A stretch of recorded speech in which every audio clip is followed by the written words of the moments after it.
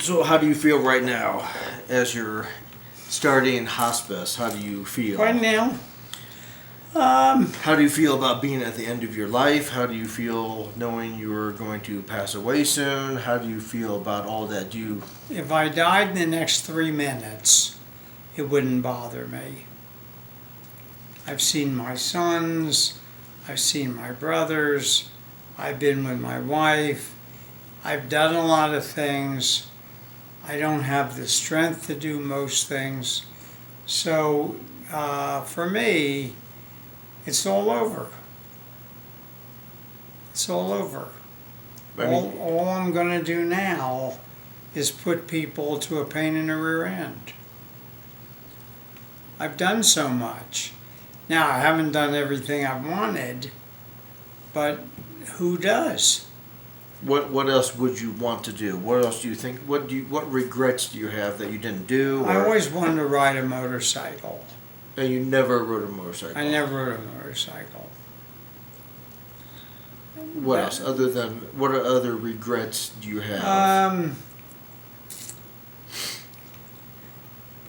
I've always wanted to live on a condo on a pleasure ship that was traveling around the world. Did you ever take a cruise? Did you ever? No, I've just done deep sea fishing. Okay.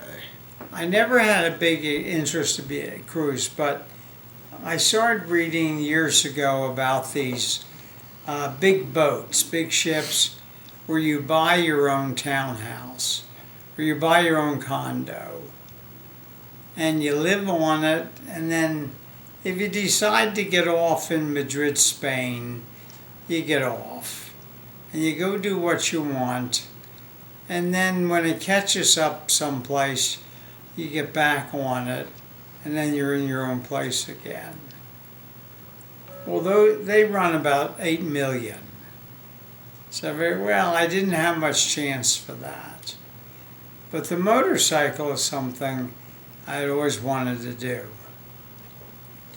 Other than that, there wasn't too many other things. And you miss sailing? You haven't sailed in a long time. No, I haven't missed sailing at all. The minute I stopped sailing, I didn't miss it because I had done it. And I'd done so many things that when I had done it and it was over, that was the end of it. But do you think your exposure in the sun while you were sailing had anything to do with you getting cancer? No, I don't think so. I was pretty careful. But you have to understand, I didn't come up with this cancer until I was about 78 years old. But I was pretty careful. And cancer from sun is so common, absolutely common. You almost have to live in a vacuum. Obviously I didn't live in a vacuum. So I played senior softball out here. I enjoyed that. And when I was much younger, I rode a bicycle. I enjoyed that. I owned a convertible. I enjoyed that. So I just enjoyed going from one thing to the other. I didn't really stick with one thing for too many years. We enjoyed sailing. I loved the sailing on Lake Evergreen and Clinton Lake. That was unbelievable. When it was over, it was over. And one of the neat things I've enjoyed in my life is not getting hung up on one thing, but rather being able to go from one thing to the other. Well, you can't go from sailing to something else unless you give up sailing. So then when we came out here, or we sailed in the Midwest, when I didn't sail, when I skied in the Midwest, I loved it. When it was time to give it up, I gave it up. I don't miss it. You don't miss going snow skiing? Nah, I don't miss it. I don't miss it at all. I mean, there's skiing right up here, but I went a couple of times. I thought, okay, that's it. I've had it. Go on to something else. So do you just feel like you're worn out and you're done with everything? I mean, you just feel this is the Well, end for you? I'm very, very tired. I have almost no energy. I look back at all the things I've done, and I think, I'm happy with that. You are. I'm happy with the woodworking I did. When I got tired of woodworking, I went into the toys. The toys may come to an end, but so what? Kmart closed its doors. I got into the wood turning. I made some bowls. I've learned how to do it. Okay, that's it. And so it doesn't bother me at all. The important thing that I enjoyed was just learning one thing after another after another. I was never a professional in anything. But so what? I learned how it's done. That's what was important to me. If you go down to Florida, have you ever skinned a big fish? No. Okay, so you may get down to Florida and vacation down there and tell your buddy, hey, I want to learn how to skin a big fish. Now, you may only do it 2 or 3 times in your life, but wouldn't it be neat to be able to walk up to a table where somebody's having trouble skinning a big fish and say, hey, let me give my hand at that? Yeah. I mean, that's what I consider to be, see the joys. Yeah. Let me show you how to skin a big fish. Or let me sit here and enjoy dinner with you over an open fire. And that's it. Or some guy's catching a great big shark or whatever. Hey, can I help you catch that, mother? How many people do you know of who have caught helping to catch a big shark? No, I mean, to me, Yeah. that would be a big deal. How many people have done it?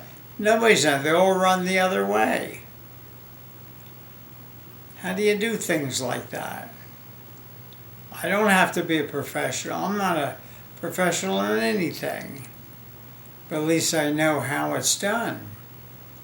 And someday, if I'm near, I'll say, hey, can I help you do that? And that's what it is. Well, you got me started in photography. That I started when I was 21. Okay. And I'm 45 now, and I remember you gave me my first camera bag and my first 2 cameras, and I am always forever grateful for you doing that. Yeah, so you learn that. Yeah, while you were doing Darkroom Express, Okay. and Now you're going to learn some woodworking I'm going to take some classes doing woodworking, and wood turning. and but I just want to thank you for helping me. That's what life is. Fill it. Fill life. You don't have to be a professional in anything. All my purpose was in my life was to fill it. That's all it was. When I went down and took clay. So I said to the instructor, I want to learn how to throw a bowl. She said, well, at your age, you're never going to be a pro. That's good. All I want to do is learn how to throw a bowl. It can be sloppy, who cares, but at least I'll understand the principle of it. And that's it. So, what are your final wishes for me? What do you wish and hope for in my life, the rest of my life, and All I wish is that you be happy. That's it. Just be happy. Because you can make your life miserable if you want. Just be happy. Figure out what you want to do to be happy.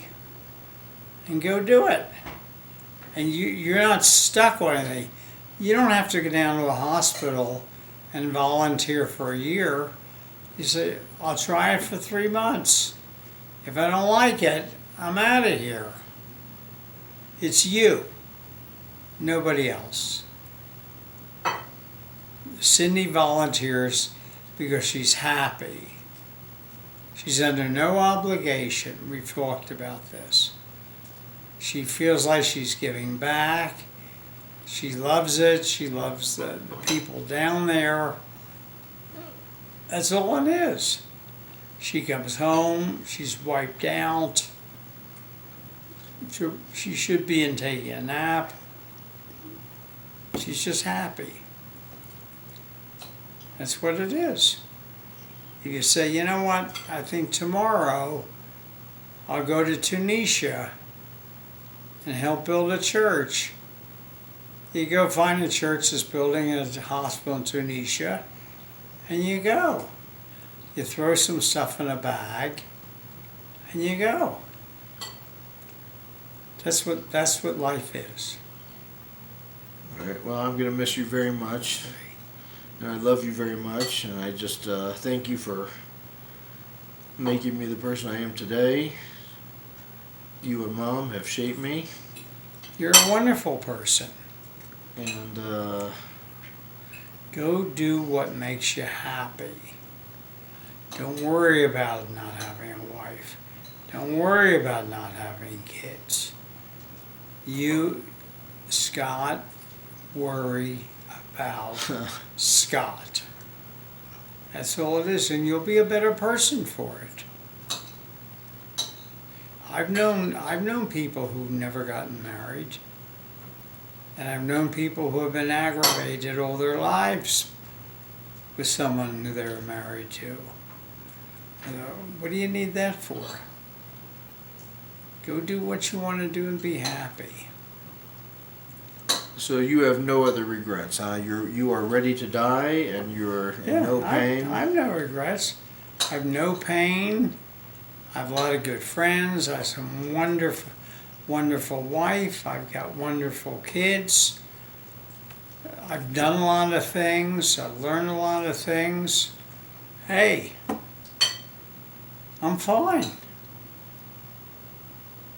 I'm fine. No pain at all. I just lie down in that bed and sleep as much as I want. Are you tired now? I'm tired now. You feel good though, all right, but you're I not in feel pain. good. Okay. I'm not in pain. Okay. Yeah. All right. Well, I love you. I'm getting ready for a walk meal. It's gonna be good. And I just want to thank you for everything. I'll never forget you. You're And I'll. more than welcome. Yeah. If I've been able to contribute to your life in a positive way, that's what it's all about. Right. Yeah, and you shouldn't feel badly. It's just another turn. There's so much light, Scott, at the end of the tunnel. Yeah. And all you have to do, no matter what, I don't care whether you're looking for a can of beans in the supermarket. If you stand there and say, my mom and dad are in back of me. Should I really be doing this, or should I forget about it? That's what helps you through life. It helped me through life. I didn't have to make very many decisions at all. I just thought about my mom and dad, how honest they lived, how they lived with their family, their kids, and it was really easy for me to make a decision. I didn't have to worry about, well, should I graffiti the wall out there? Should I steal money from the bank? You know, and that's what some kids are looking at. Yeah. I didn't have to worry about any of that. All my decisions were sitting right there. Yeah. And in order for me to go straight, all I had to do was look over my shoulder. But I never got involved in anything dishonest. Nothing. I was invited to. Plenty of invitations. I thought, you know what? I don't think this is going to help me keep on a narrow. I don't think this is going to help me grow.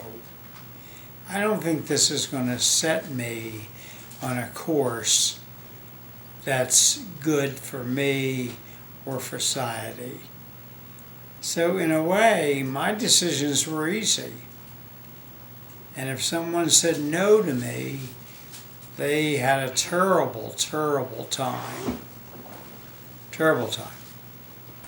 Because as you know, nobody says no to me. They don't. They don't. And if they don't know their rear end or what they're talking about, I simply say to them, I don't think you know what you're talking about. That doesn't bother me, because unless they can set me on the true and narrow course, they're not adding anything to my life. Nothing. And if there are people out there who don't want to add anything to my life, I don't need them. Why would I have them as part of my life? They're just part of another society. Yeah. That's what it is. And do you think you'll see your parents again? Do you think about what's going to happen to you after you die? Yes, I'm Jewish, and the theory behind my life is from dust to dust. Now, the old dust to dust means that if you look under your bed and you see dust, that means there's somebody under there. Yeah. I don't go anywhere. I'm not raised up. I'm not going home. I'm not going to, no one's waiting for me. I'm just a body that goes from dust to dust. That's where I'm going. And you feel good about donating your body?